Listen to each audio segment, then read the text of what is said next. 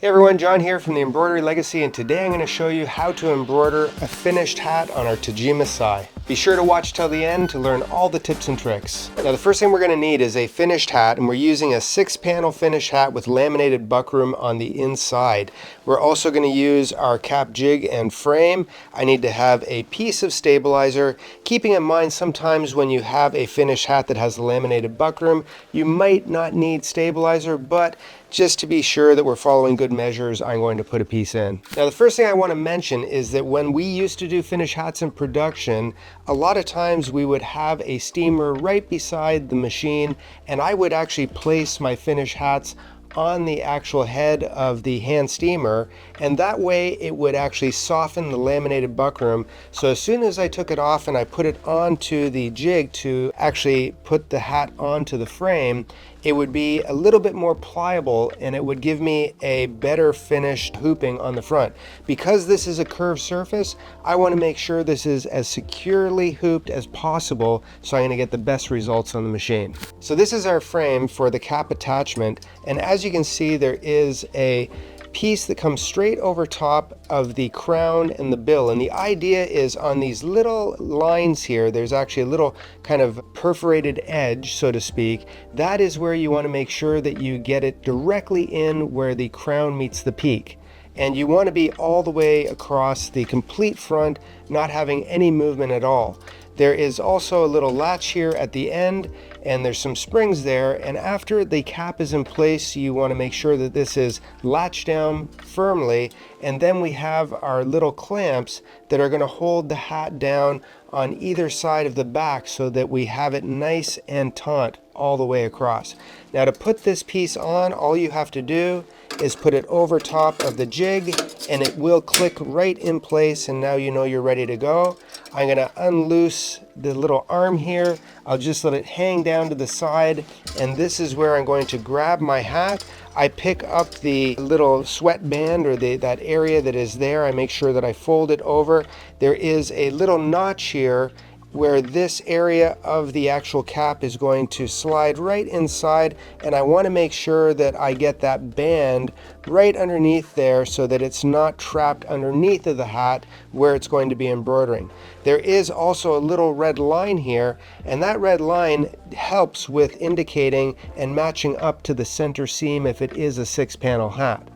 Now what I'm going to do first is, after I've pulled that seam over, I'm going to put my piece of stabilizer inside, and I'm going to make sure that the stabilizer is going to cover the entire front of that, 2 panels that are going to be embroidered on, and then I'm just going to make sure that it also is right in line with the band.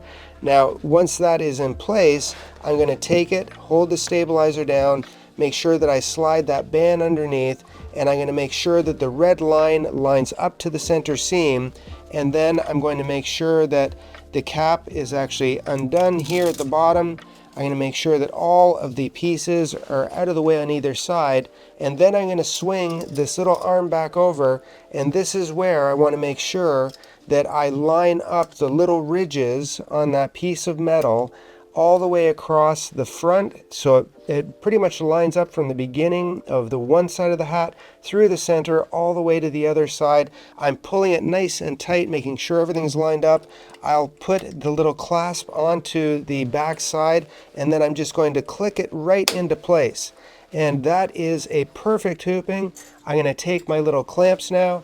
I'm going to just come down here and make sure that I pull on the open end at the bottom, and I'm just going to slide these clamps right into the little brackets on either side, and that way I know that my design is nice and tight all the way through, and I should be ready to actually take it off of the jig. There is actually a little release lever here on either side. Once that's done, I can just simply pull it off, and I can see that my metal strap is right in line with the crown and the peak, and it's nice and tight along the back. And on the inside, my stabilizer is covering everything on the inside. Now before we put the cap on the machine, I'm just going to load my design. The first thing I want to do is make sure that I have the right type of hoop chosen. I can see that it is on cap, so I just want it highlighted. Then I can go back home and I can load the design. I'm going to load from my USB. I'm I'm going to bring in the design file and hit set, and that design then will come in. It's asking me if I want to actually delete fine stitches. There is a stitch filter built into the machine. I know this design is well digitized, so I'm just going to say no, and then the design will come up on screen. Now at this time I can go through and I can choose all of my colors based on the way the design was digitized. You can do up to 8 colors. The great thing is if you do have more than 8 thread colors, you can program a stop at each of the colors that you want to switch over, so you don't have to worry about the machine continuing on when you don't want it to. The machine will automatically stop wherever you tell it to, so you can swap out colors. Now that my colors are chosen, I'm just going to hit the set, and I'm going to come back to the area. I can see now that I can have the actual design set at the top or the bottom, but the first thing I'm going to do, because this is a finished hat, if I do not rotate this design, the design will actually sew out upside down on the hat. So I want to make sure that I turn this design the other way so that it's going to be the right direction. It's not going to be upside down. Then I can choose to have it start at the center, the bottom, or the top. Most times with regular garments I want to start center. When I'm doing something on a hat, if I tell it to start at the lowest point, that is the area that is closest to the peak and the crown, and that way I can set up on the machine exactly where I want to start, and it will then trace the design. Now one thing I will mention is that when you're doing a larger design, especially on a structured hat like this, I do want to make sure that I bend the peak down a little bit. I want to make sure that that peak is kind of bent and moving forward. I can always straighten it out after the cap is done, because I want to get as low as possible with the design down to the area where the peak meets the crown. But if this peak, because it's so hard, hits the back of the machine, it will tell me when I try to load it that it's, generating an error, and I might be too close to the bottom position. So I want to make sure that I give it a little bend there, and that way I know that it's not going to get obstructed when it hits the machine. Then I can actually take this and put it onto the machine, just turn it kind of sideways, put it in, and I can see it click in place. Always a good rule of thumb, so to speak, to make sure that you do have all of those little clamps. There's 2 on either side and 1 at the bottom, that they are all fit into place so that that cap is nice and secure. Now you can always tell if you're going to be kind of positioned properly, because the crosshair laser on this machine is really accurate to the drop down needle, and I can see I am perfectly lined up to the center seam.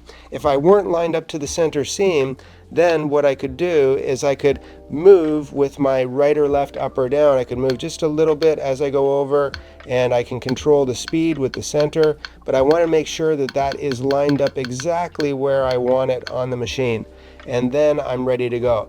I can also control the position of how high or low the design is going to be. The lower down, the closer it'll be to where the peak meets the crown, but also then I risk getting close to the peak that I was talking about hitting the back of the machine. So there is kind of a healthy balance. A machine can actually do 2.9 inches in height, which is actually a very large design, a high design for a finished hat. But depending on the hat, you might have to make limitations.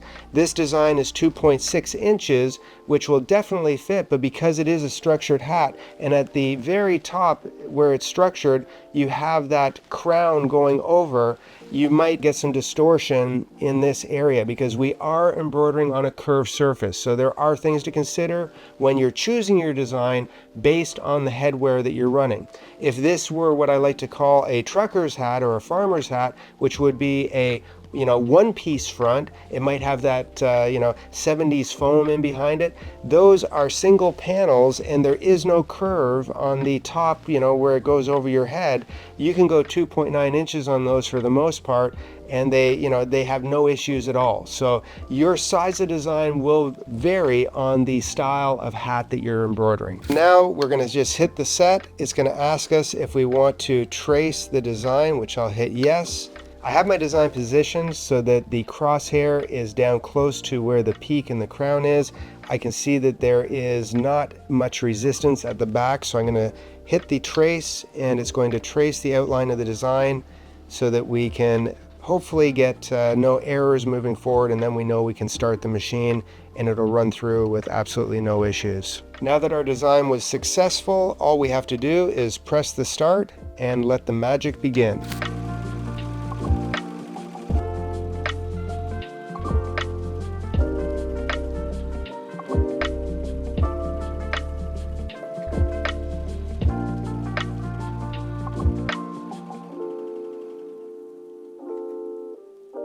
Now what I'm going to do is I'm just going to move the machine forward so that I can remove the hat.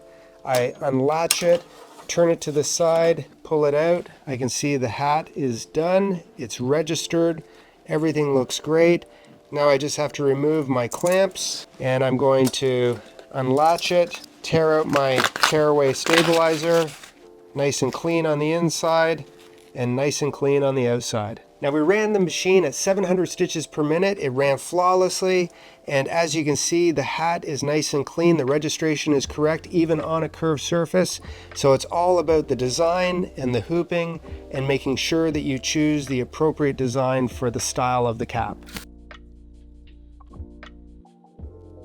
Looking for the best beginner embroidery multi-needle machine? Meet the Tajima SAI. Precise, reliable, and user-friendly. Unlock exclusive bonuses by filling out the form on our website. We'll connect you with an official Tajima partner to complete your purchase and claim your rewards. Elevate your embroidery today and click the link below to learn more. So thanks for watching. Be sure to comment with any questions and watch this video next.